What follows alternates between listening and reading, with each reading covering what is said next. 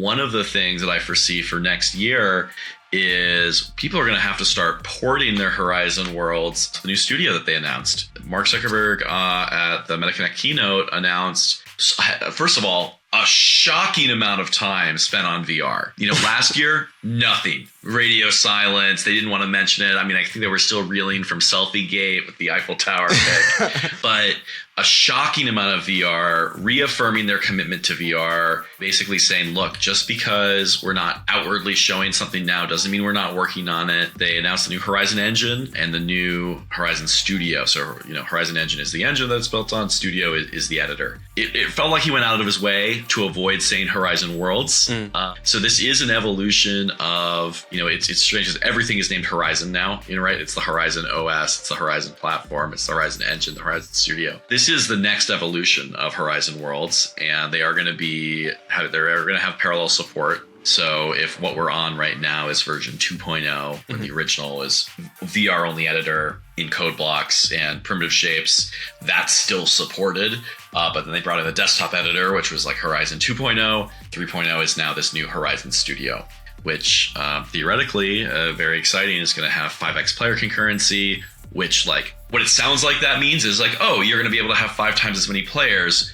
But what that really means is you are going to have 5 times the capacity to do whatever you want. Right? Because, the avatars are the most performance impacting entities at the highest level of detail. They do dynamic lighting on them. They need, they move, they're animated constantly, dynamically with the player. They have to do it for VR and for desktop editor. So there's a lot going on. So 5X means you can make an incredibly detailed single player game or a very simple 150 player game, right? We're going to see a nice wide range of what's possible on the platform. The easiest thing to do is to release a bunch of Fall Guy clones, right? Right. If you can make really simple platformers, then you can have 100 people playing them. I mean, that's what the Fall Guys is. And like you mentioned, going forward, creators are probably going to need to port their worlds over into Horizon Studio.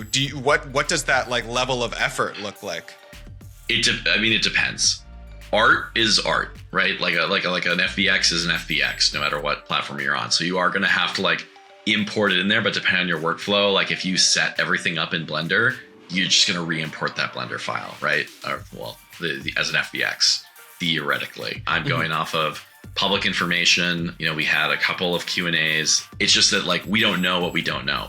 Sure. So what we do know is that there is not parity with the current platform yet. That doesn't mean worse. It just means different. So there are going to be, it's going to be some elements where it's really, really strong. Lighting is one of the areas where they called out, player concurrency and all that. And then there are going to be areas that aren't there yet. We don't know what that is yet. We do know that while it is still using TypeScript, that it is a completely different API, and that's where the porting is going to be problematic. Meta has committed to supporting this development platform in parallel with the existing development platforms.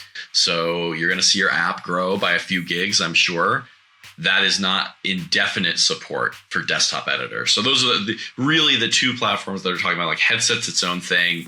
That's on life support right now. Right. Unfortunately, because I think it's great, but you will not have VR editing with Studio. Desktop editor and VR and the VR in headset editing, you can access the the project file in both. This new Studio will not have that VR access. You'll have to publish it to test it in VR. A little disappointing, in my opinion. I was gonna say what that probably has a lot of or creates some additional hurdles for creators who just want to build and test these worlds. Right now, you have to build it and deploy it before you can test it versus just popping into the world, right? So I think you hit the nail on the head there.